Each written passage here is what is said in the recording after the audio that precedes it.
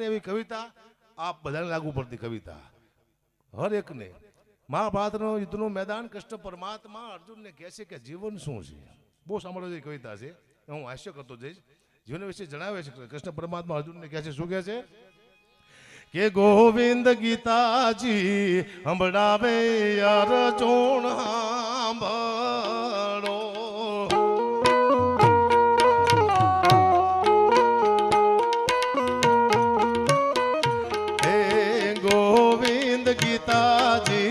સંભળાવે અર્જુન સાંભળો જીવન યુદ્ધ તણું છે મેદાન સમજાવું વિરાતને શાનમાં ગોવિંદ ગીતાજી સંભળાવે અર્જુન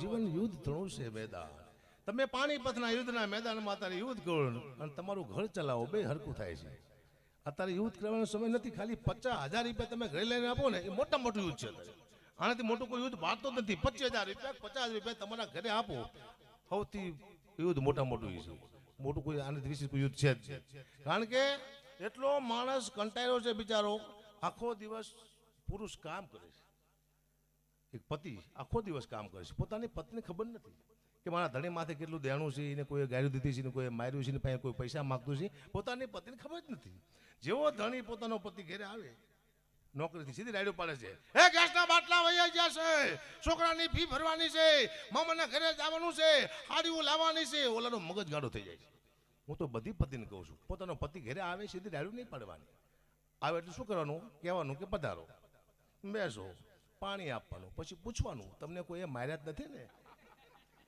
કે ના તો ખાંડ લાવવાની છે મારા કલેજા રહી થાય બિચારો બહુ દુઃખી છે મને ખબર છે અનુભવ છે મારું આ તમે બધા સાંભળો છો ને અમને ઘરે કોઈ ના ખબરતું હું ઘરે ગાતો તો રાડ્યું પડે બહાર જઈને ગાઓ એટલે બહાર તો રોજ ગઈ જ કીધું આ તો અંદર ગાવા દો નથી ગાવા દેતા જેવું તમે જોવો છો એવું છે ને જ માથે તમને આગેથી એવું લાગે કેવા સુખી છે અમારા જલસા કરે કોઈ જલસા કરતા નથી બિચારા દુખીના ડારિયા છે ફફડતા પંખેડા ઘોડે કલાકાર ફફડ્યા હતા ક્યારે કોનો ફોન આવે કોણ ગાયો દઈશ ખબર નથી પડતી ઇન્સ્ટામાં ગાયું ખાવાની ફેસબુકમાં ગાયું ખાવાની ફોનમાં ગાયું ખાવાની પ્રોગ્રામમાં મોડા પછી તો ગાયું ખાવાની તારીખ ખાલી ન હોય તો ગાયું ખાવાની પૈસા જાજા કહો તો ગાયું ખાવાની કરવું શું કલાકારની વાત કરું બધાએ હું મારી વાત ન કરતો બીજા કલાકારની વાત કરું અમારા અનુભવ મેં જોયા છે ફફડતા કલાકારને એટલે અદભુત આ દુનિયા છે આગળ કૃષ્ણ પરમાત્મા અર્જુનને કહે છે શું કહે છે કે આયા લડાયો ચાલે છે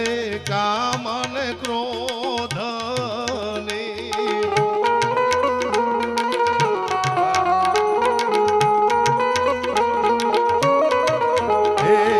આયા લડાયો ચાલે છે કામ અને ક્રોધ એને મમતાને મોહ સમજાવું વિરાતને શાનમાં ગોવિંદ ગીતાજી સંભળાવે અર્જુન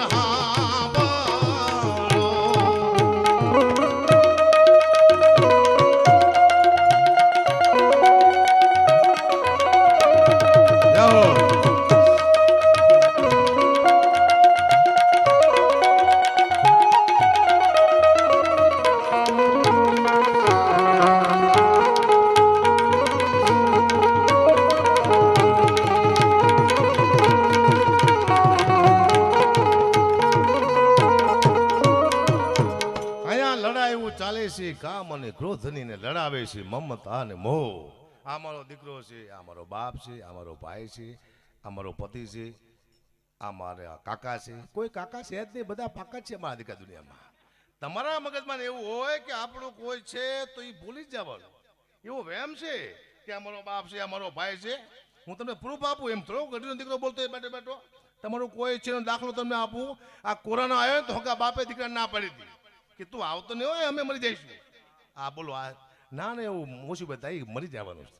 પોતાની બેને પોતાના ભાઈને કીધું તું સુરત રહેજે, અહીંયા ન આવતું, અમે મરી જઈશું. પોતાનો બાપ મરી જાય, દીકરો અગ્નિદાહ દેવા નથી જતો. શું કહેવા કે હું મરી જઈશ. પોતાનો દીકરો મને બાપ ના પાડતો હતો અગ્નિદાહ દેવા નહીં આવું, મરી જાવ, હડકાઈ દો બારો બારે. આ સમય આવી ગયો, વિચાર કરો. નાની એવી મુસીબત આવી, સગપણ તૂટી ગયા એક સેકન્ડમાં. આ બધો છે, કોઈ છે જ નહીં.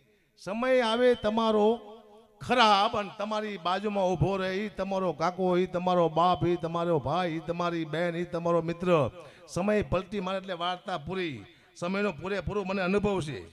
26 વર્ષ પહેલાંની વાત કરું, મારા લગ્ન થયેલા નવા નવા અને મારી નોકરી તૂટી હતી. હું રોડ માથે ફરતો હતો ભાઈ, અને હું મારા ઘરના બે એક ડેરી ગયા હતા. સમય ખરાબ કોને કહે હું તમને દાખલો આપું. ડેરી આવી ગયા અમે, મેં તો બેરી પાણી છાશ આપો, હું કાલે પૈસા આપી દઈશ. ના પાડી મને 26 વર્ષ પહેલાં. નહીં બાકી નહીં આપી, વિશ્વાસ રાખો અમે આપી દઈશું. મને પૈસા નથી પણ કાલે આપી દઈશું. 2 રૂપિયા ખાલી.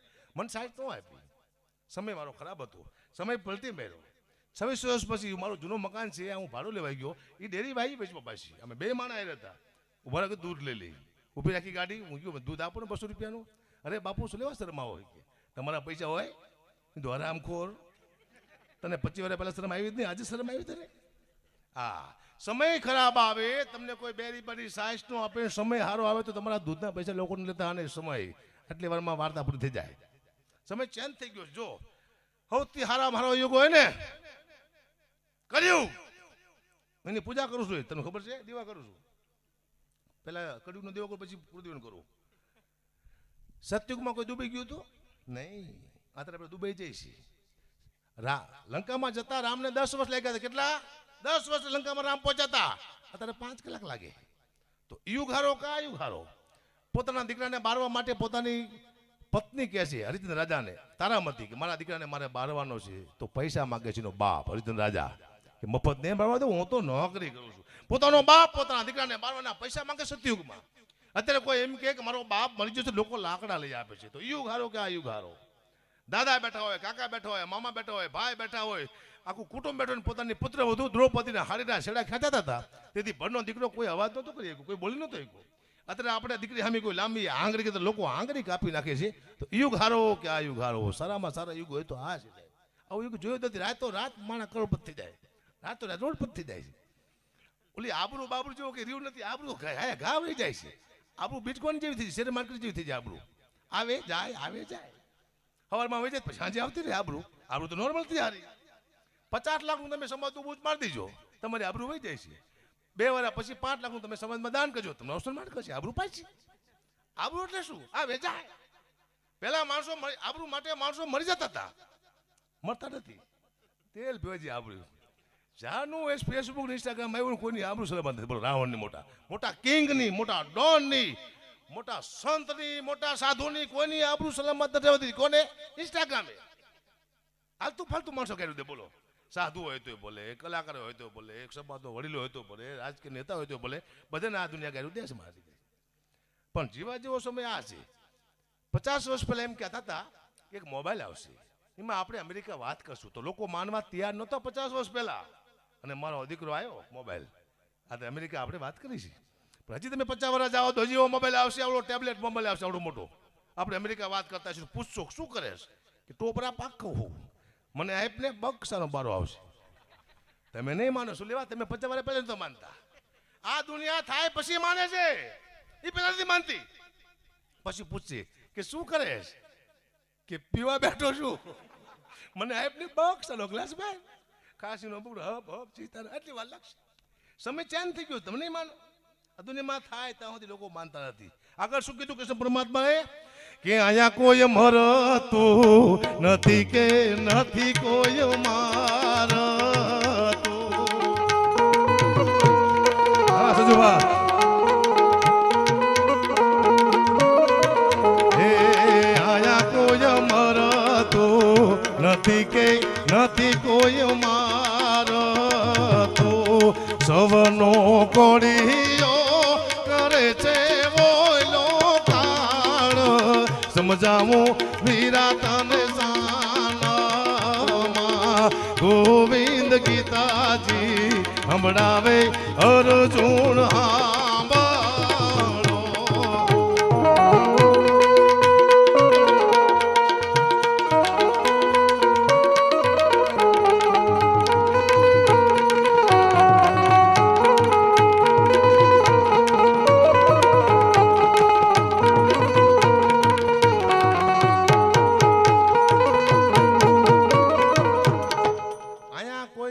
નથી કે નથી કોઈ મારતું, સૌનો કોળિયો કરે છે ઓલો કાળ, ગોવિંદ ગીતાજી હંભળાવે અર્જુન હાંભળો.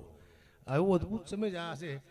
કૃષ્ણ ભગવાનના વિચાર છે. વિચાર મારા નથી, પાછું મારી માથે ચડી બેઠા કાકા કહેતા કૃષ્ણ ભગવાન કહે છે, હું કહેતો નથી. દાન અલગાડીની આ કવિતા છે. જીવન વિશે જણાવે છે કૃષ્ણ પરમાત્મા અર્જુનને. અહીંયા કોઈ મળતું નથી કે નથી કોઈ મારતું. મને હમણાં કીધું હતું કોઈ સારા માણસે, ગોબા તમારો સમય બહુ સારો ચાલે છે, તમારા પરિવારમાં એટલું બધું ભેગું કરીને મૂકતા જાઓ કે તમારા પરિવારને કોઈ પાસે લાંબો હાથ ન કરવો પડે. મેં તો નહીં કરું. કાં તો ગયા જન્મમાં મારો એક પરિવાર હતો, હું બહુ ભેગું કરીને આવ્યો છું. હું મરી ગયો, મારી વાંહે બહુ રોયું હોય છે, મને યાદ નથી. આ મારું બીજું પરિવાર આવ્યું છે. અત્યારે હું ઘણું ભેગું કરીને જઈશ, હું મરી જઈશ, મારી વાંહે મારો પરિવાર બહુ રોય છે, મને ખબર નહીં હોય. પછી ત્રીજું પરિવાર આવશે. આપણે અહીંયા બેઠા છે, આપણે ખાલી ફરવા જ ફરે, આપણે તો અહીં નોકરી કરવા જ આવ્યા છીએ. પરિવાર ફેર લાગે એટલે આપણે કામ કર્યા નહીં. બોલો કઈ ખરું? હું તો ડાયરામાં જાઉં છું, પૈસા આવ્યા ઘરે આપી આવું છું. વળી પાછો ડાયરામાં જાઉં છું, પૈસા આવ્યા ઘરે આપી આવું છું. વળી પાછો ડાયરામાં જાઉં છું, પૈસા આવ્યા ઘરે આપી આવું છું. હું તો ઘરે ખાતોય નથી. તો હું પૈસા શું લેવા ઘરે આપું મને ખબર નહીં પડતી. હું કોઈ મજૂર છું, દાડીઓ છું, હું શું કોણ? હું ખાલી પૈસા દેવા જાઉં ઘરે, નથી રહેતો, નથી ખાતો, પૈસા ઘરે જ આવું. અજબની માયા છે.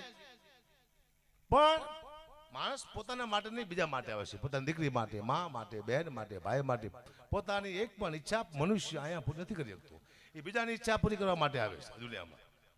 આ જો મારો દીકરો છે, તમારા પાસે દીકરા હારા હોય ને તો તમારે કમાવાની જરૂર નથી. એની એ લોકો ભેગું કરી લઈશ.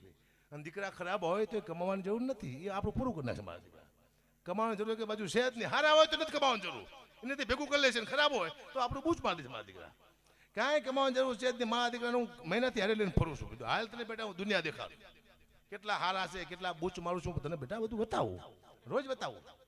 તારી માટે હાથ પીવ્યો છે ને, હું ગલગલિયા કરે મને તારું બૂચ મારશે. હમણાં એટલે બધા બૂચ વાગ્યા હું જોઈ જ રાખું છું. હા, લગભગ કલાકારને બૂચ વાગી જાય. તમને ખબર કોઈ ને? કલાકાર ક્યાં નહીં, બૂચ વાગી જાય. હું મારા બૂચ નહીં વાગ્યું, કારણ કે હું તો નાટ પરથી બૂચ મારતો હોઉં છું. મારું બૂચ નહીં વાગે. હું ધંધો જ નથી કરતો, બૂચ કઈ રીતે વાગે? બૂચના પૈસા નથી આપતો, નથી વ્યાજનો ધંધો કરતો, મકાન લઉં છું, ભાડે આપી દઉં છું, વાત પૂરી. ધંધો કરી તો બૂચ વાગે ને. રેતી ધંધો કોણ કહ્યો તો સજુભાઈ રે નો સાહેબ. હવે હારા અધિકારી આ રેતી બંધ કરી નાખી ભાઈ, બોલો જાઓ એ કામ થઈ ગયું. બધા નવરાત થઈ ગયા, ડાયરો સાંભળે બધા. હવે રેતી ધંધા ત્યાં બંધ. બોલો રેતી તારા વેતા મળી. ખતરનાક અધિકારીઓ આવી ગયા છે. હવે જી આવી મને ધંધો ખરાબ કર્યો એટલે જાઓ. એટલે મારા જીવનમાં અલગ અલગ બનાવ મળે છે. મારા મામા છે. હું નાનો હતો ત્યારે હું બહુ લોટકો હતો. એટલે મને કહેતા, આવ ઝાંખી આવ, મારો ઝાંખી આવ્યો, મારો ઝાંખી આવ્યો. એટલે હું રાજી થતો કે મારા મામા મને બોડીગાર્ડ કહે છે. હમણાં હું 6 મહિના પહેલા ગયો મારા મામાને ઘરે, તો કે આવ ઝાંખી આવ, મારો ઝાંખી આવ્યો, મારો ઝાંખી આવ્યો. મને બધ ભલી હતી મારા મામાએ. હમણાં 15 દી પહેલા મેં વાંચ્યું કાગવાણીના બીજા ભાગમાં, ઝાંખી એટલે રાક્ષસ થાય. બોલો, મારા મામા મને 52 રાક્ષસ કહેતા હતા. હમણાં ખબર પડી. મારું કોણ કોને શું કે ખબર નથી પડતી. દુઃખની વાત છે પણ કરવી પડશે. સમય ચેન્જ થઈ ગયો છે. હું તો 30મા પ્રોગ્રામ બંધ કરવાનો છું. હવે 3 વર્ષની વાર રહી, કેટલી 3-4 વર્ષની. શું લેવા બંધ કરવાનો છું? 31માં આમ થાય પ્રોગ્રામ બંધ થઈ જવાના. એ મને ઘણા બધી વિશ્વાસ છે. હું બોલું જો કંઈ ફરક પડે ને તો ધૂળ પડી ચાવવામાં શું વાત કરો. અત્યારે જે બોલ્યો જ્યારે ઓચિંતું બોલ્યું છે, સાચું જ પડ્યું છે. અને 31 પ્રોગ્રામ બંધ ન થાય મને યાદ રાખજો. સંતવાણી બેઠકો થાય છે, સંતવાણી થતી છે. આ બધું હજી તો ડાયરા થાય છે મોટામાં, હજી મર્ડર થવાના બાકી છે, કલાકારની ઉપર છરી ગોદા મારવાનું બાકી છે, બાકી હજી તો એમ બંધ થવાનું. હજી શરૂઆત છે. એ 500 લુખા આવે છે ને દેવા 2 કલાકાર ઉડાઈને મારશે કલાકાર. તમે જુઓ, એમ તો જ કહેતો હું, સમય આવી ગયો છે થોડી ઘણી. તમે જો શરૂઆત તો થઈ જશે. કલાકારને હમણાં કોઈ લાભો મળ્યા હતા સ્ટેજ માટે, મેં જોયા હતા. આ તો હજી વધુ થાય છે. 3-4 મર્ડર થાય ડાયરામાં, ડાયરા બંધ થાય સીધા. સરકાર ના પડે કે ભાઈ ડાયરા ને એમાં મર્ડર થઈ જાય છે. વાર્તા પૂરી.